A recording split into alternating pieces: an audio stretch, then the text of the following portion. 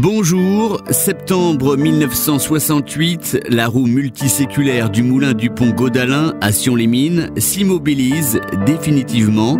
Ce moulin à eau construit au Moyen-Âge s'assoupit pour de nombreuses années.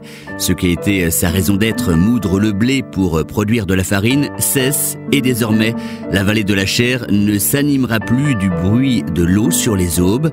Il faut attendre 1984 pour que les propriétaires décident de remplacer la vieille roue et ainsi de redonner vie au moulin du pont Gaudalin.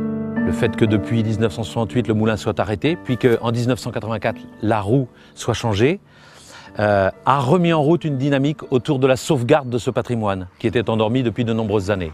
La particularité de ce moulin, c'est qu'à l'heure de sa fermeture, tout est resté comme à l'identique. Le matériel qui était là ce jour-là n'a absolument pas changé. Tout ne fonctionne plus, mais on a réussi quand même à remettre en route notamment la meule à blé noir, ce qui nous permet de fabriquer de la farine de blé noir. Je vais dire comme on le faisait, comme ça se faisait au Moyen-Âge. Et c'est quand même une particularité du moulin. C'est aussi pour ça qu'il est très intéressant à visiter.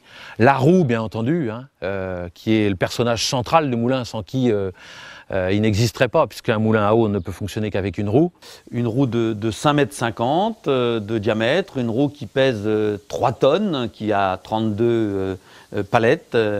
Cette roue a été rénovée, bien évidemment, mais elle a été rénovée à l'identique de ce qu'elle a été probablement faite, créée au 19e siècle. Et puis l'aspect musée, cet aspect pédagogique de la découverte de l'activité du moulin, de la fabrication de la farine à partir des nombreuses graines qu'on peut écraser. Ça c'est important aussi, et notamment pour les jeunes générations qui ne savent pas forcément comment tout ça fonctionnait. Le visiteur peut alors regarder, toucher, sentir, écouter et comprendre. À côté du musée, un diaporama vous transporte dans le temps par l'évocation poétique de la vie du moulin à travers la saga de la famille Cavé, propriétaire depuis 1911. L'association compte aujourd'hui une 50aine d'adhérents. Et ces adhérents, ils sont surtout mobilisés pour les grands rendez-vous que l'association propose aux visiteurs, c'est-à-dire la fête du patrimoine en septembre et la fête des moulins en juin. Ces deux fêtes sont importantes pour nous.